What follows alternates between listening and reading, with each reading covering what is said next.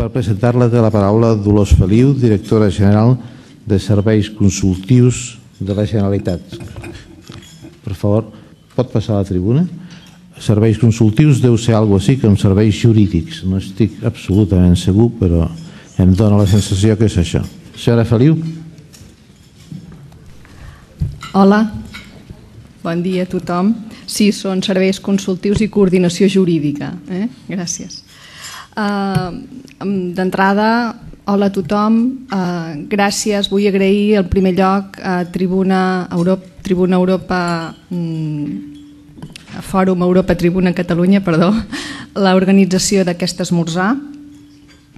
Agrair també la presència aquí d'autoritats i representants de la societat civil, el primer tinent d'alcalde de l'Ajuntament de Barcelona, bon dia, el secretari del Parlament, els portaveus de Convergència, del Parlament de Catalunya, de Convergència i Esquerra Republicana de Catalunya, secretària d'Hisenda i secretària d'Ocupació de la Generalitat, president del Consell de Treball, secretari general d'UGT Catalunya i vicepresident de la Càmera de Comerç de Barcelona, el vicepresident segon de la Diputació de Barcelona, diputats del Parlament de Catalunya, del Congrés i senadors, autoritats, benvinguts i agrair la vostra participació en aquest acte.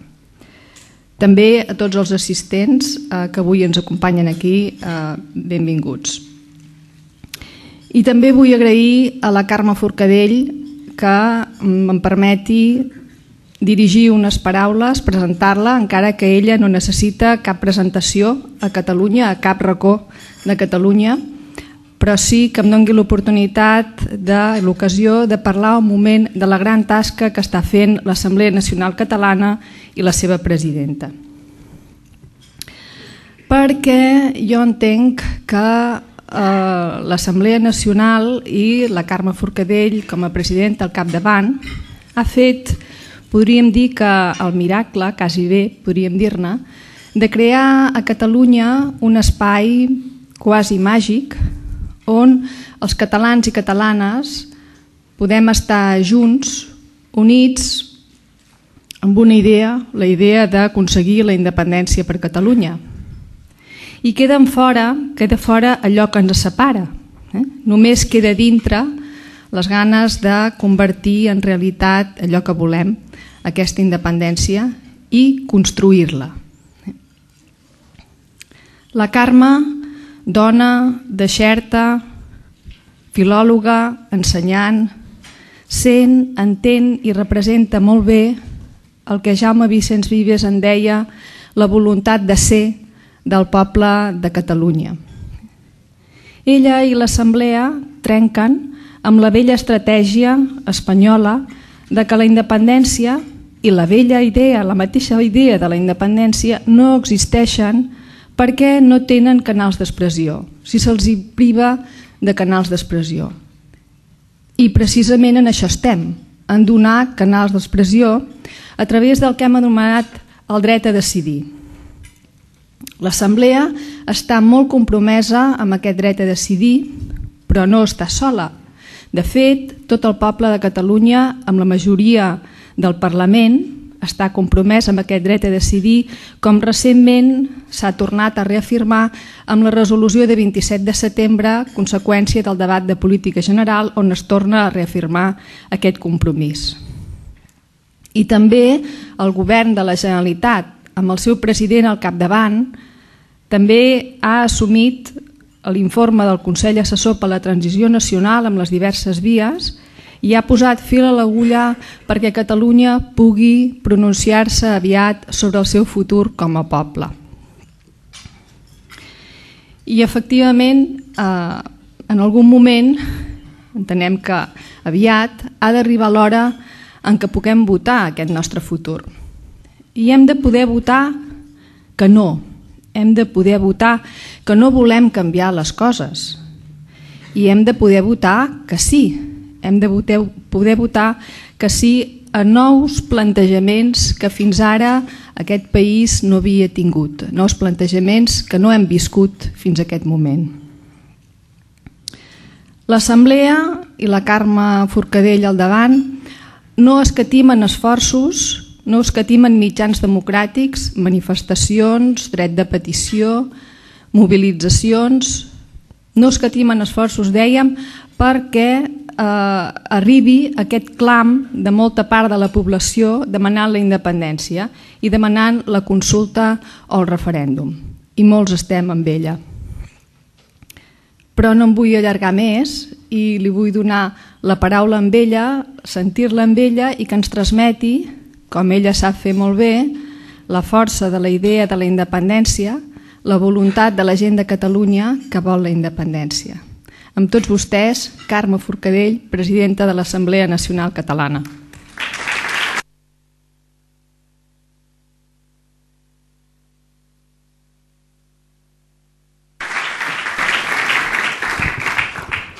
Molt bon dia.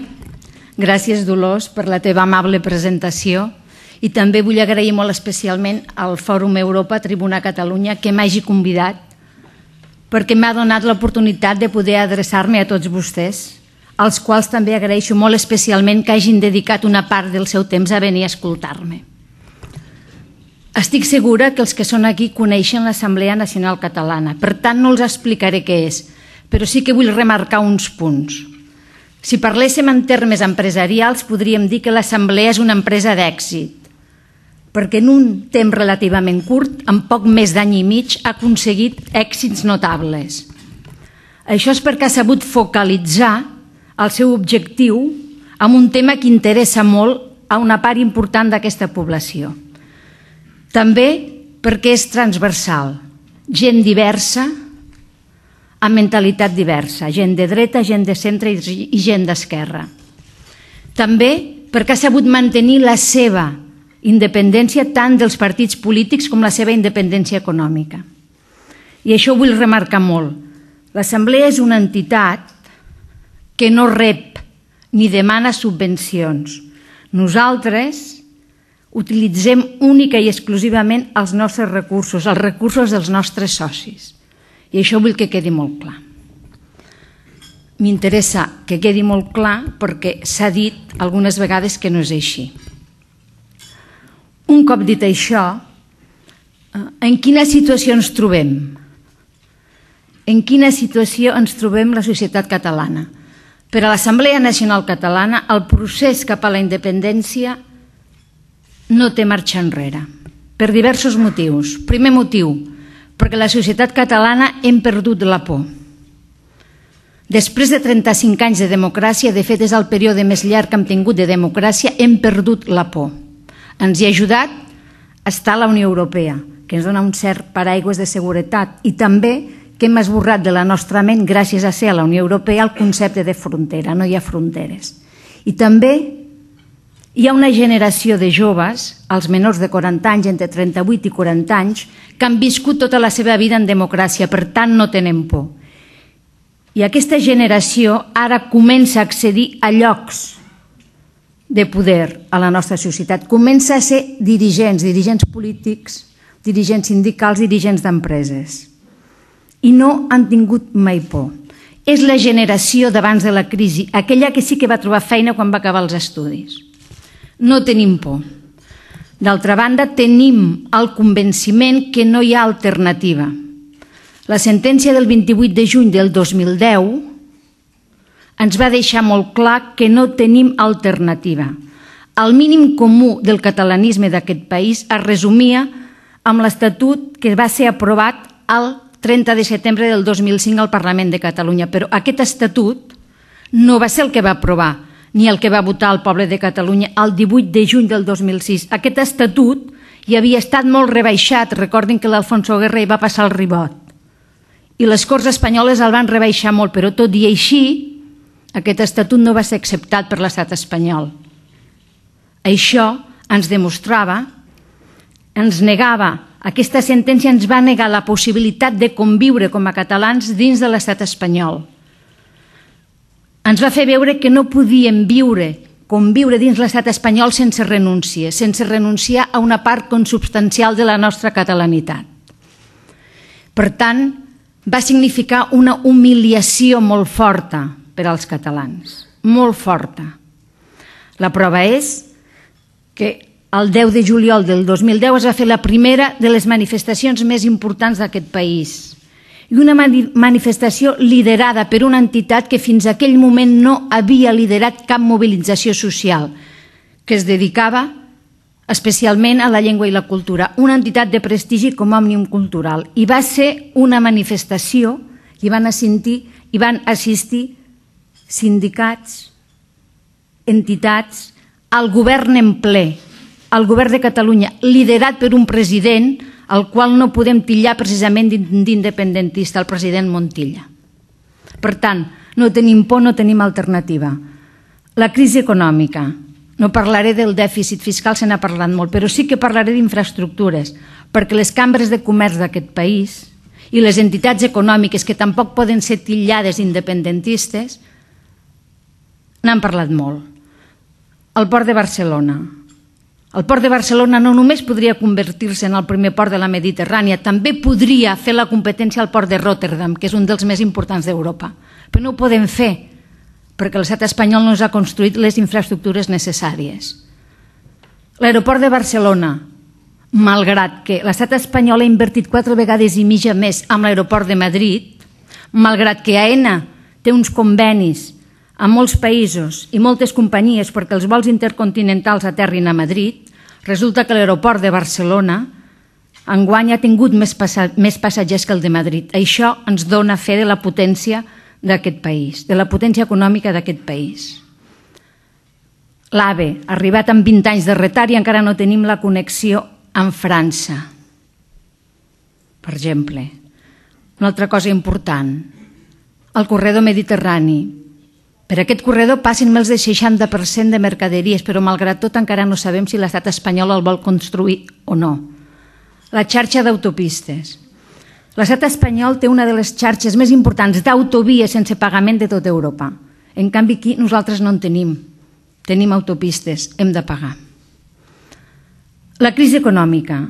La crisi econòmica ha fet veure a una part important de la població d'aquest país que a nosaltres ens ha estat tocant suportar el pes d'aquesta crisi, més que altres indrets de l'estat espanyol.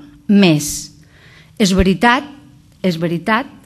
que els que en surten sempre més malparats són les classes socials més baixes. I ara està passant així. Hi ha una part molt important de la nostra població que ho està passant molt malament.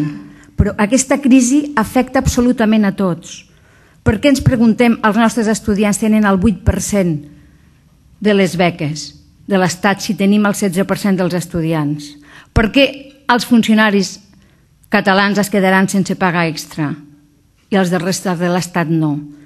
Tota aquesta situació fa veure a la societat catalana, li ha fet veure, fa que tingui la percepció de que nosaltres estem sent víctimes d'una injustícia, de que estem maltractats.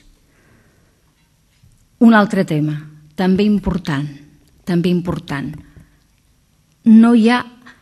Nosaltres entenem que l'estat espanyol no ens pot oferir res que ens faci desdir de les nostres opinions sobiranistes.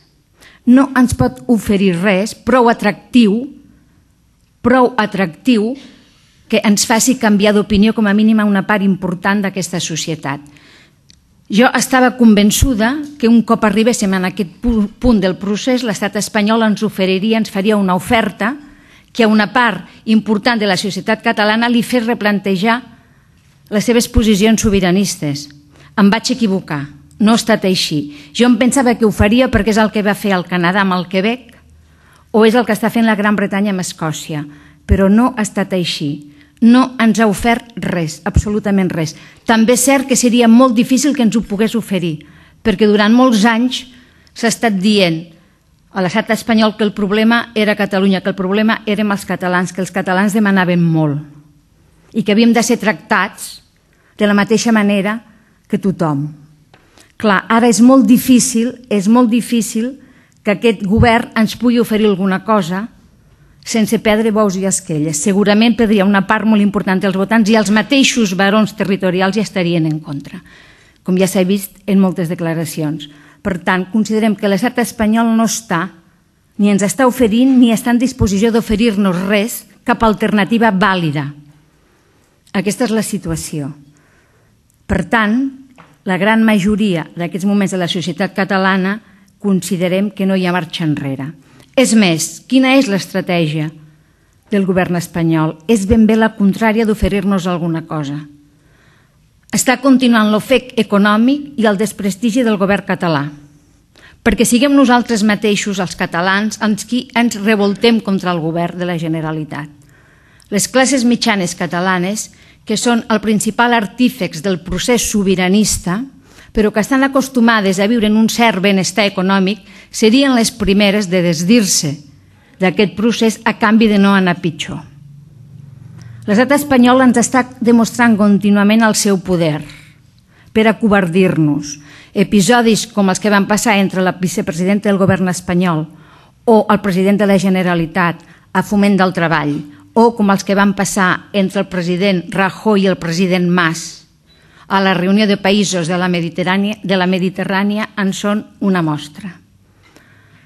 L'estat espanyol està continuant fent aquella política d'amenaces i por per fer-nos defallir. Ens està dient contínuament que no podrem fer una sèrie de coses. Per exemple, ens està dient o ens estava dient que no podrem entrar a la Unió Europea. Suposo que ara, després de que la Unió Europea hagi decidit iniciar converses en Kosovo perquè entri a la Unió Europea, malgrat l'oposició de l'estat espanyol, suposo que ara les amenaces de que no entrarem a la Unió Europea ja pararan. Però aquesta és la seva política. Aquesta és la política que fa.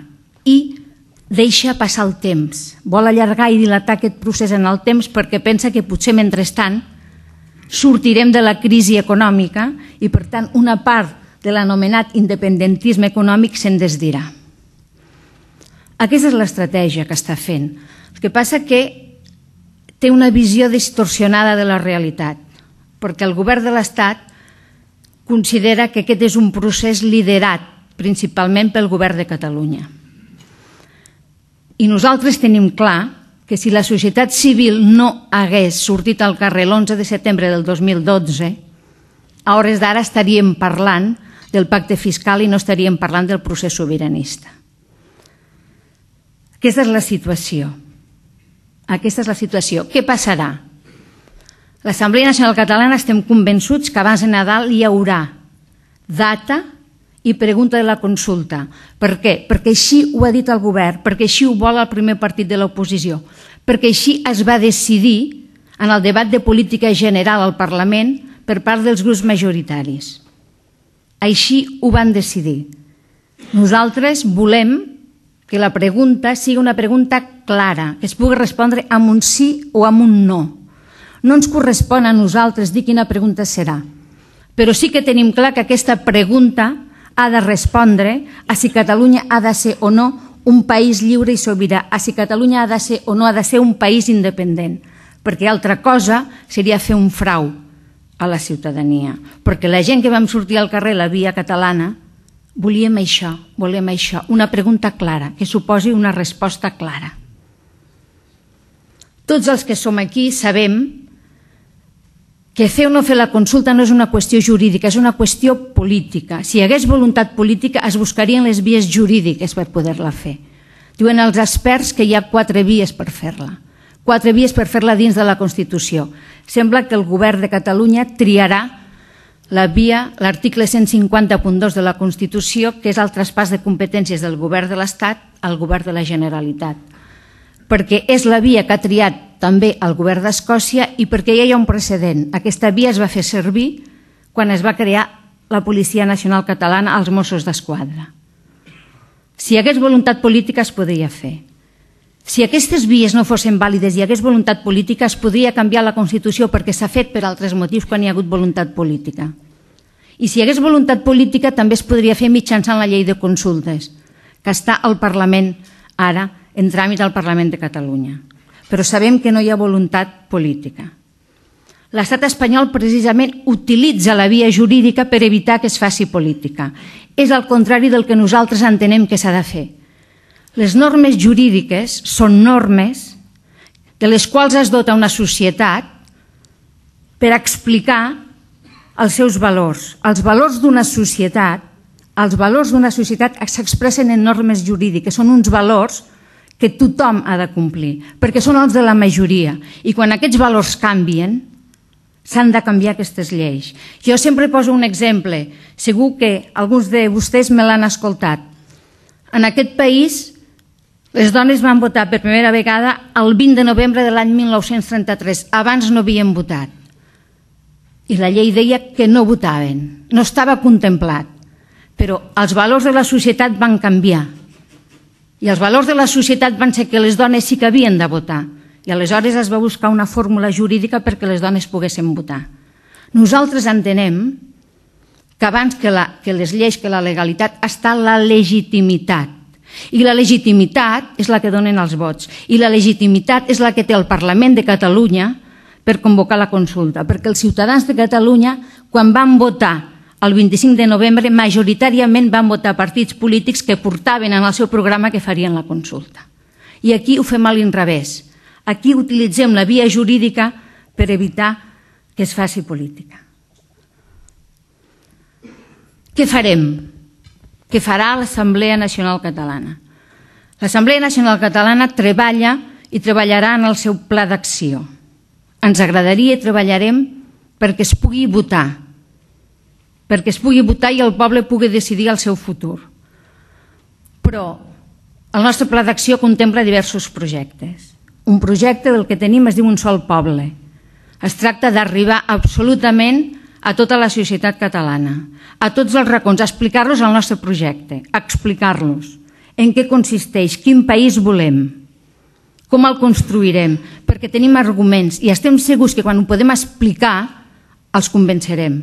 Sumarem molt més dels que encara som. També tenim un altre projecte, es diu Signa un vot per la independència. Abans la Dolors n'ha parlat. El dret de petició. Alguns de vostès són juristes i segurament ho coneixen millor que jo. El dret de petició és un dret constitucional. Em sembla que està a l'article 29 de la Constitució. I també està a l'Estatut, l'article 29.5, que diu que els ciutadans d'un país tenen el dret de petició, el dret de demanar alguna cosa a les seves institucions, als seus representants. Què demanarem? Quina proposta fa l'Assemblea que demanem als ciutadans de Catalunya, cadascun de nosaltres de manera individual? Demanem que es convoqui la consulta, però que si això no és possible, ni tampoc és possible unes eleccions plebiscitàries, demanem que el govern de Catalunya faci una declaració d'independència. Això és el que demanarem en el nostre país. Si no és possible votar, si no és possible fer eleccions, demanem als nostres representants legals que declarin la independència, d'acord amb el dret internacional, perquè el Tribunal Internacional de la Haia va concloure que una declaració unilateral d'independència no vulnera cap norma del dret internacional. I una manera de poder exercir el dret de lliure determinació dels pobles és que els representants legals d'aquest poble facin una declaració d'independència. Un altre projecte de l'Assemblea Nacional Catalana. Internacionalització. Volem que el món sàpiga el que estem fent, el que està passant. Volem que Europa, la Unió Europea, els països democràtics, tot el món conegui el procés sobiranista.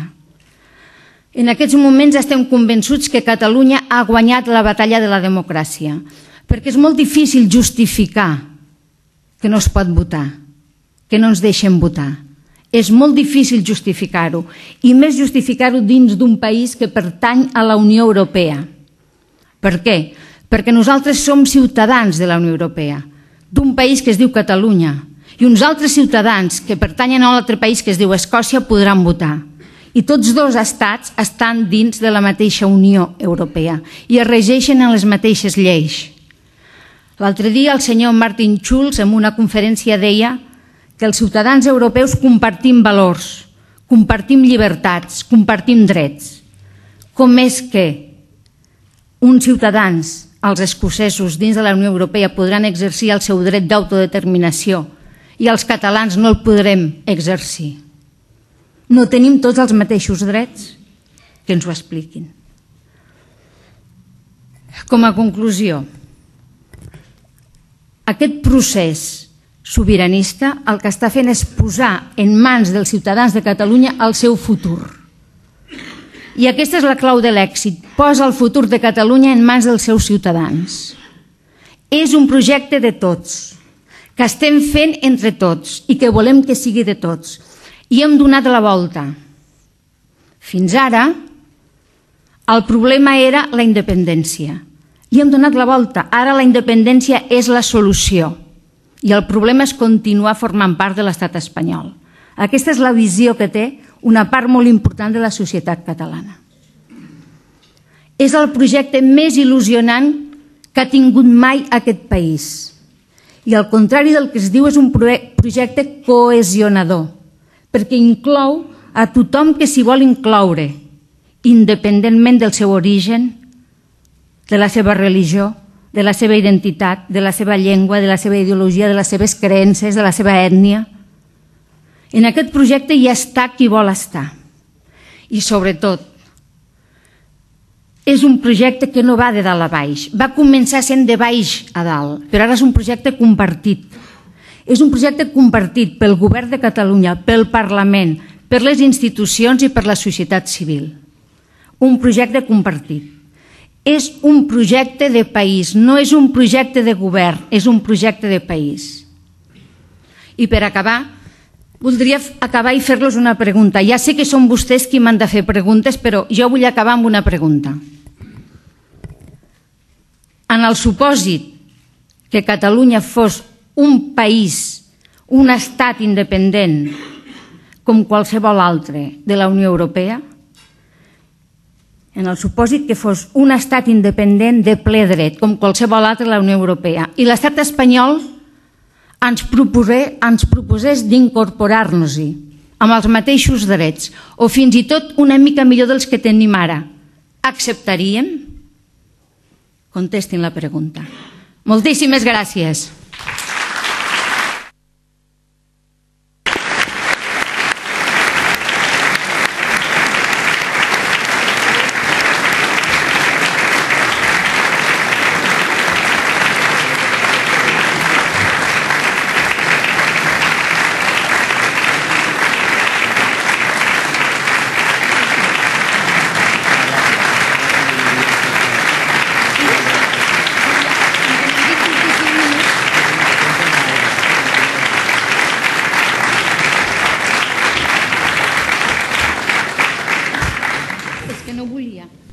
Que no volia perdre el temps bevent perquè no em volia passar del temps i per tant, però clar, m'han dit 25 minuts i pensava, si pares a beure igual et passes de 2 minuts i crec que s'ha de ser molt estricte amb l'hora.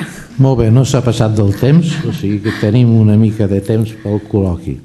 La primera pregunta és del senyor Lluís Cabrera Sánchez, de la plataforma Altres Andalusos, que li diu, pensa que l'Assemblea Nacional Catalana és un moviment de les classes mitjanes i que li costa penetrar entre els treballadors i també entre l'empresariat, que és qui té el poder, el de veritat? M'agrada d'allà.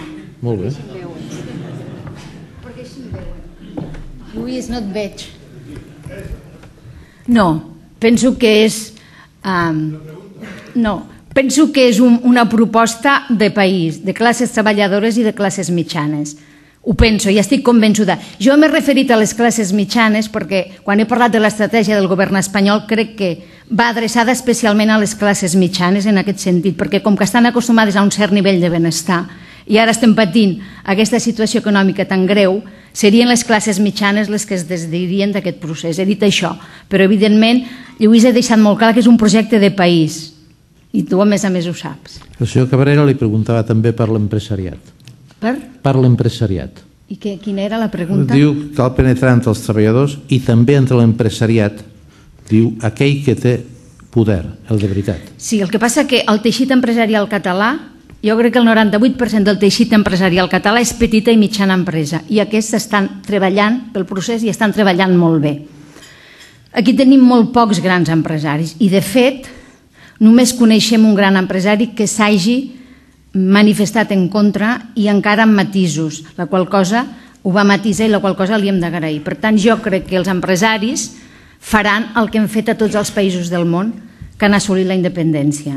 En principi no pronunciar-se, però quan arriba el moment es pronunciaran a favor perquè nosaltres també som consumidors. I per tant, jo crec que estic convençuda. El senyor August Bou li diu: creiem en una Catalunya pròspera amb un mig llarg termini, però ens preocupa la transició. Com creu que s'hauria d'enfocar aquest curt termini? Nosaltres, tots ho sabem, tenim els recursos necessaris, tenim gairebé el PIB, el 20% del producte interior brut. El que passa és que nosaltres no recollim els nostres impostos. Un cop tinguem solucionat això, nosaltres no hem de patir. El que hem de solucionar és poder recollir els nostres impostos. Jo, l'endemà de la independència, continuarà tot igual. És a dir, jo crec que estic convençuda que el procés cap a la independència ja ha començat, no serà d'un dia per l'altre, això no és mai així. I l'endemà de que hi hagi unes eleccions o hi hagi una declaració, tot continuarà exactament igual i s'haurà d'obrir un procés de negociació, perquè així és com ha passat amb tots els països que han accedit a la independència, i n'hi ha molts que ho han fet. I així és com ha passat, mitjançant un procés de negociació. I tot continuarà igual fins que aquest procés de negociació s'acabi. A poc a poc aniran canviant les coses, però no serà d'un dia per l'altre. I per tant, què hem de fer? Doncs el primer que hem d'intentar és que els nostres recursos es queden aquí i per tant necessitem instruments que ho facin possible, necessitem l'Agència Tributària Catalana. Però hem de tenir clar que els recursos són nostres. El que passa que els hem de fer que es quedin aquí. Bé, el professor Granell li diu: per tirar endavant el procés internacional pel reconeixement de Catalunya com a estat o com a membre de la Unió Europea, Catalunya necessita la complicitat dels grans països avui aliats d'Espanya. Quins països ens donaran suport pel procés d'independència? Quins països ens donaran? Ja m'agradaria saber-ho. I a mi, suposo que al govern català també. Això ens agradaria saber-ho a tots. El que passa és que els països no són països, són estats. I per tant, els estats no faran res fins que nosaltres no ens pronunciem. És a dir, nosaltres hem parlat molt però encara no hem fet res. Ni hem fet eleccions, ni hem fet referèndum, ni hem fet declaració. Aleshores, per què els estats s'han de buscar problemes amb l'estat espanyol? Diuen, jo no ho sé, que a Espanya no funciona gairebé res, però que la diplomàcia i l'agència tributària és el que funcionen millor. I hem de saber que la diplomàcia espanyola s'està movent per tot el món, per evitar, per impedir que Catalunya pugui ser independent. Això ho sabem.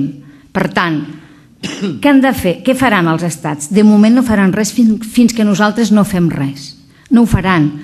Però quan arribi el moment, els estats ens reconeixeran, perquè han reconegut a tots els països del món, o a la majoria de països del món, que ha fet un procés absolutament democràtic i pacífic. És el que ha passat sempre. Els països, els estats, són pragmàtics. I per tant, quan arriba el moment, nosaltres hem de treballar. Ho hem de treballar bé. I és veritat que hem de buscar aliats. Els hem de buscar. I això s'està treballant. S'està treballant. Jo crec que s'està treballant, però també vostès han d'entendre que hi ha coses que s'han de fer i no s'han de dir. I per tant, estem segurs que trobarem els aliats, els trobarem, però quan nosaltres fem el pas, no abans. No abans, perquè nosaltres encara no n'hem fet cap de pas.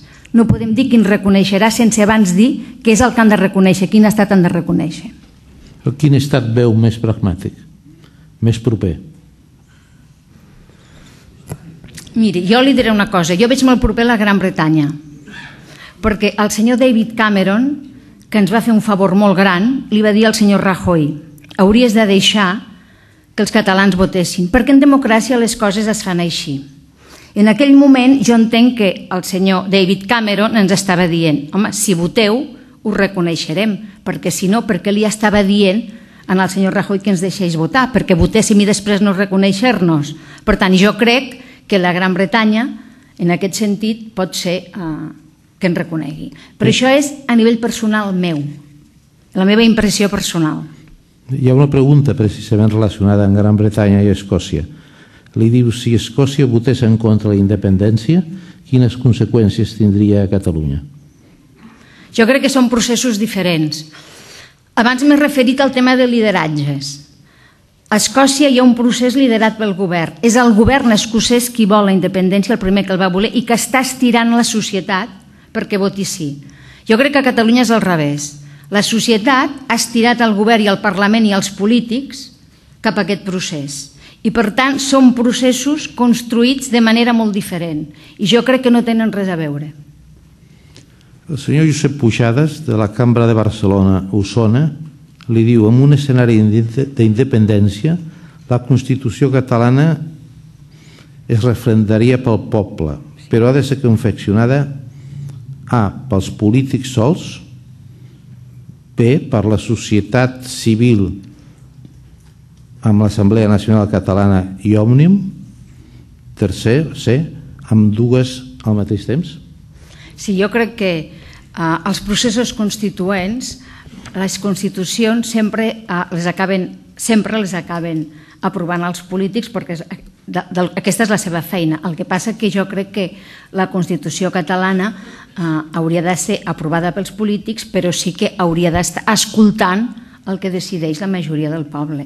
Sobretot en aquest país que tenim una societat civil molt activa i molt compromesa en el procés. Per tant, els polítics s'hauria d'aprovar en el Parlament, evidentment, aquesta Constitució, que és com es fa tot arreu, però jo crec que hauria d'estar havent escoltat abans el que vol la majoria de la societat, perquè, evidentment, aquesta Constitució haurà de reflectir els valors de la societat catalana. I aquests valors de la societat catalana els hem d'explicar als polítics perquè després es puguin fer realitat. Bueno, hi ha una pregunta sobre els moderats, evidentment. El senyor Francesc Portella, de Barcelona 2020, li diu: qui són moderats? Els que volen la independència o els que no volen que res canviï? En aquests moments, el seny està al costat de que el poble català pugui votar. Això és tenir seny. En aquests moments, la moderació és que el poble català pugui decidir el seu futur. Bé, hi ha moltes preguntes sobre la consulta, la data de la consulta. Hi ha una que li diu: vist que a Catalunya és difícil que hi hagi consens per la pregunta, cas Unió Democràtica i Iniciativa per Catalunya Verds, per què no la proposa l'Assemblea Nacional de Catalunya previ recull en la societat civil catalana? Si no, ho veig molt complicat. Potser ens ho pensarem. Potser ens ho pensarem. No, nosaltres tenim clar que la pregunta, ja ho he dit abans, s'ha de contestar amb un sí o amb un no. I què ha de fer referència a allò que la societat catalana vol que faci referència. És a dir, no podem preguntar sobre el federalisme. Per què? Perquè la gent no va sortir al carrer l'any passat a la manifestació ni enguany a la via catalana pel federalisme. La pregunta ha de fer referència a si Catalunya ha de ser o no ha de ser un estat independent, un estat lliure i sobirà. És a dir, la pregunta, el nom de la pregunta és igual, però el que és important és el concepte. El concepte ha de quedar clar. La pregunta ha de fer referència a la situació política de Catalunya, de si aquest estat ha de ser independent o no ha de ser.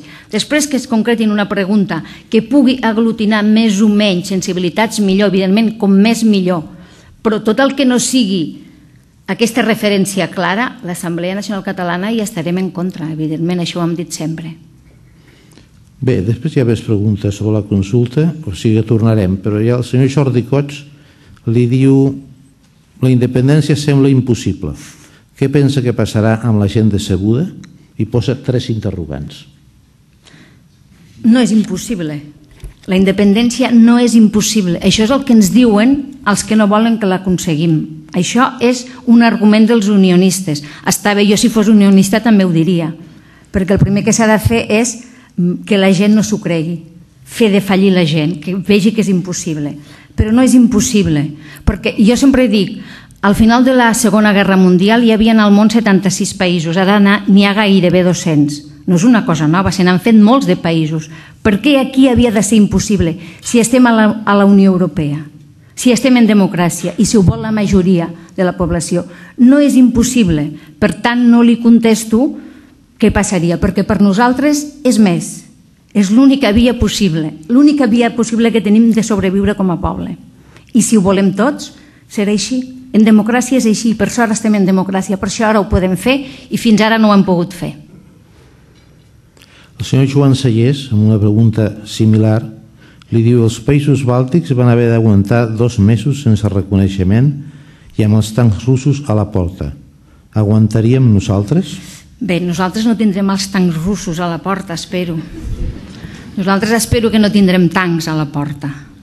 Sí, jo crec que els països bàltics van ser un exemple molt extrem, no? I a més van estar patint molt perquè els arribés algun reconeixement important, i al cap d'una setmana el primer reconeixement que els va arribar concretament a Lituània va ser el d'Islàndia. Però a partir d'aquest reconeixement van anar arribant. No, jo crec que nosaltres tindrem una situació difícil, jo crec que ja l'estem vivint, ja l'hem començat a viure, que anirà encara molt més, la pressió mediàtica, política, social serà molt forta, però jo crec que nosaltres no arribarem a aquests extrems perquè, clar, estem dins de la Unió Europea i, per tant, això dels tancs ja no es contempla. Això és una de les raons per les quals no tenim ja por. Ja li he dit que hi ha moltes preguntes sobre la data de la consulta. Una li diu, quina seria la seva data preferida? No la que es farà, diu, no la que es farà ni la que políticament es pot pactar, sinó la seva preferida. El nostre full de ruta posa que s'hauria de fer abans del 31 de maig del 2014. El que passa que això, donat que hi ha les eleccions europees, és bastant difícil perquè l'hauríem de fer en 2 mesos. Nosaltres, l'Assemblea, no tenim data preferida. No n'hem parlat. En parlarem segurament molt properament, però el més aviat possible. Si no pot ser abans del 31 de maig perquè hi ha les eleccions europees, doncs que sigui immediatament després que es pugui fer. Com més aviat el poble català pugui decidir el seu futur, més aviat resoldrem els nostres problemes. Una altra pregunta li diuen, el president Mas ha dit que no es faria la consulta si el govern espanyol no l'autoritzaria, si no l'autoritzés. I el líder d'Esquerra Republicana diu que es té que fer sí o sí. Vostè aquí està. Bé, jo crec que es posaran d'acord tots dos. Nosaltres considerem que la consulta s'ha de fer i treballarem perquè sigui així, perquè és la manera més fàcil. I estic segura que tant el president Mas com el cap de l'oposició, el senyor Oriol Junqueras, arribaran a un acord sobre això, perquè tots dos saben la responsabilitat històrica que en aquests moments està vivint Catalunya. I jo crec que arribaran a un acord. Si consideren que el millor és fer-la, encara que no tinguem el suport del govern espanyol, es farà. I si considerem que s'ha de fer, que cal buscar altres vies, si no es pot fer d'acord amb el govern espanyol, doncs es buscaran. Però han d'arribar a acords. El que no pots fer és que un digui una cosa i l'altre l'altra. I estic segura que hi arribaran, perquè altres vegades s'hi ha arribat. I si no arriben? I si demà no surt el sol? És a dir, nosaltres estem convençuts que arribaran, perquè, clar... És més difícil que no surti el sol. No, avui està núvol. No, nosaltres considerem... Jo li podria contestar a nivell personal el que jo opino, però en aquests moments no estic aquí com a nivell personal. L'Assemblea Nacional Catalana això no ho hem parlat. No hem decidit encara si considerem que la consulta s'ha de fer encara que el govern espanyol hi estigui en contra. Això ho parlarem properament, aquest mes ho parlarem i tindrem una proposta.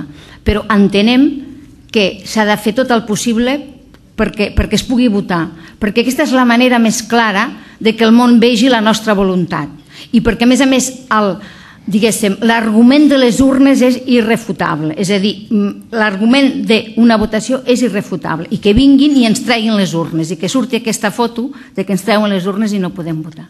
I per què no fa una llicència i ens diu una vegada la seva opinió personal? Diu que està en nom de l'Assemblea Nacional Catalana però que vostè té una opinió personal. Per què no ens fa una llicència? Aquesta pregunta és meva. No, és que és molt difícil. Hem d'analitzar. Abans de decidir això jo necessito tenir elements d'anàlisi, perquè jo sempre dic que la política no es fa ni amb el cor ni amb l'estómac, es fa amb el cap. I no tinc elements d'anàlisi per dir-ho, perquè no sé què vol dir que estigui en contra el govern espanyol. És a dir, què vol dir que estigui en contra el govern espanyol?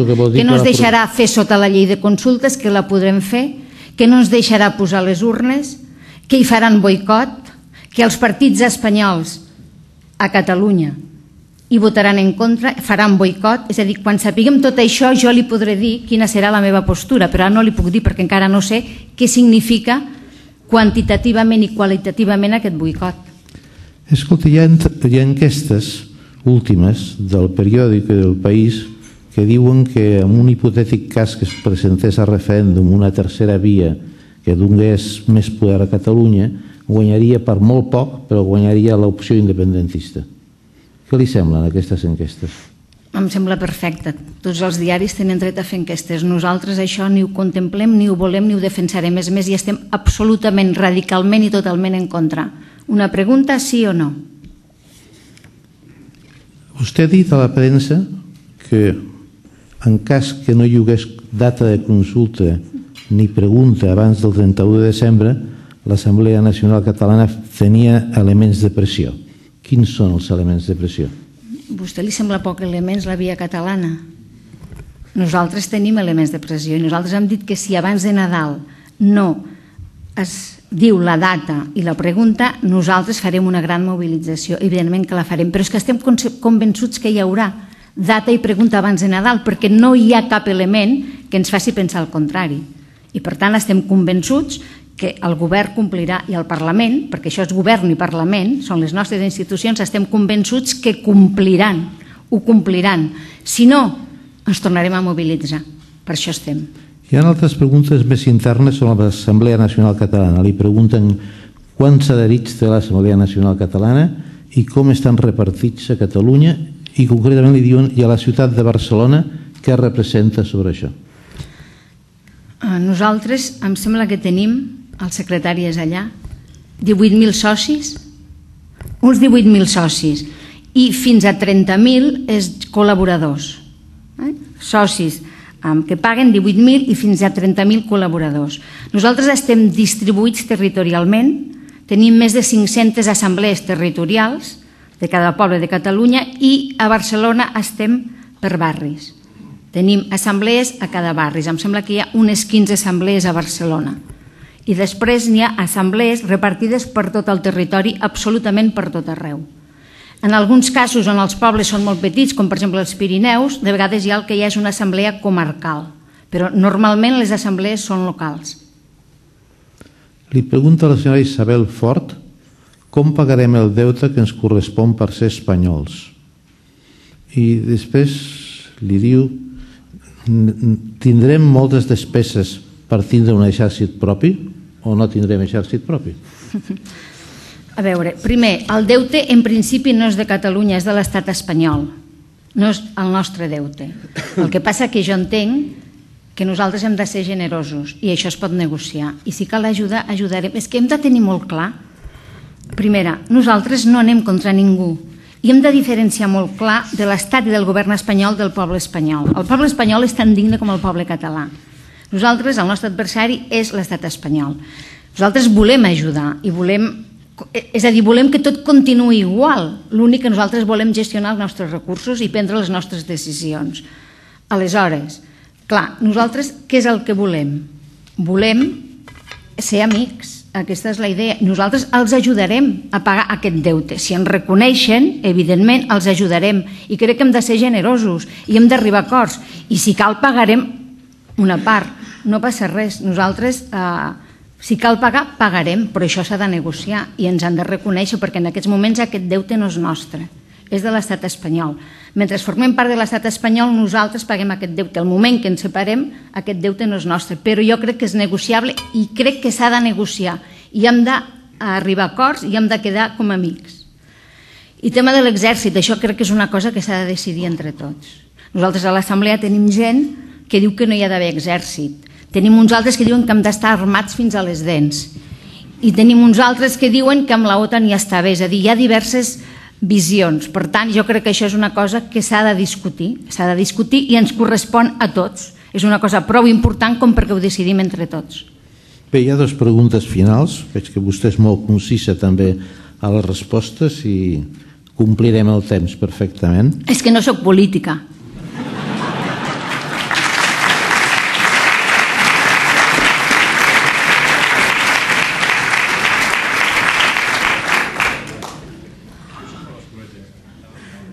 Perdó?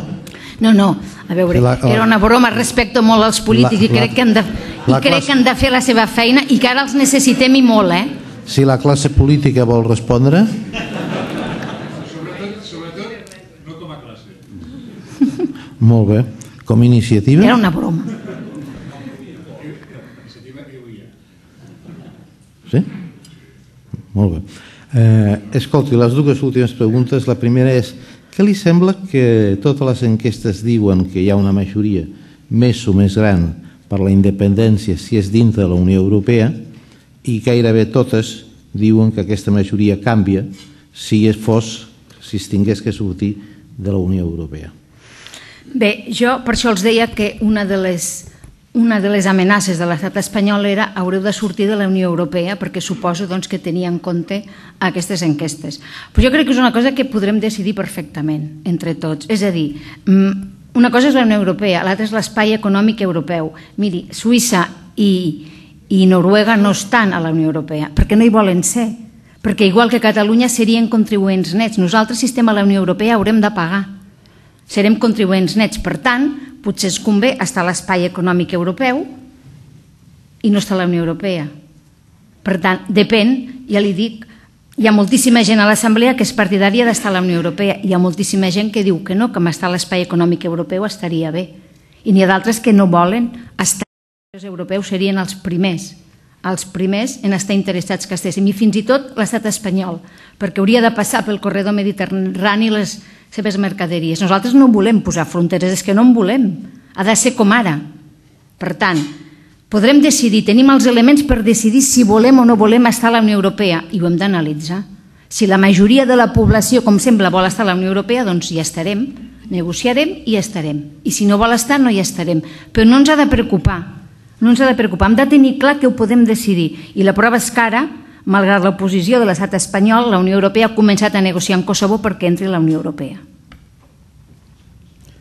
Bé, l'última pregunta, que potser és una pregunta trampa, li diu, però té uns minuts, li diu, escolti, l'Estatut de Catalunya, votat pels catalans, diu que per reformar l'Estatut es necessiten les 2/3 parts del Parlament, i en aquest moment no hi ha 2/3 parts del Parlament que votessin una declaració unilateral d'independència. No ho sabem, això. Encara no ha arribat el moment de fer aquesta declaració unilateral d'independència. No ho sabem. Quan arribi el moment, veurem quines són les alternatives i decidirem. En el Parlament actual.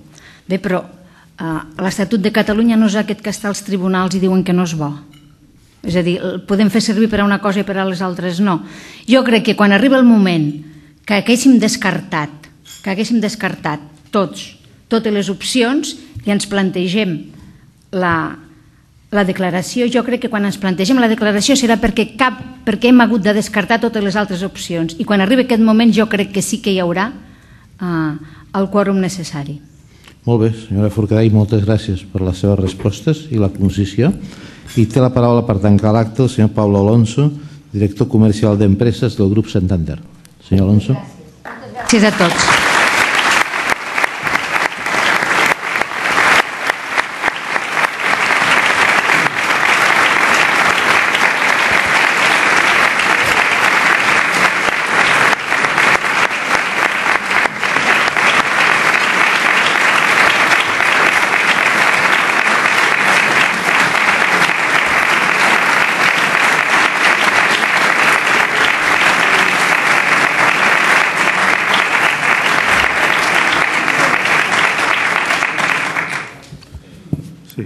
Només per tancar, agrair a la senyora Feliu, al senyor Tàpia i molt especialment a la senyora Forcadell la seva presència a Nova Economia Fòrum, Tribuna Catalunya, i a tots vostès la seva presència en el dia d'avui. Hem acabat amb puntualitat pràcticament germànica.